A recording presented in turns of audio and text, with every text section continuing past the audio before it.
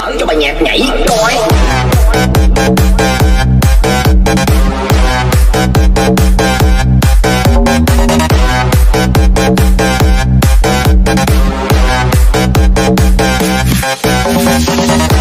Ai chẳng mong muốn bên gia đình, không phải lo lắng cho ngày mai, nhưng bạn ơi cha mẹ tôi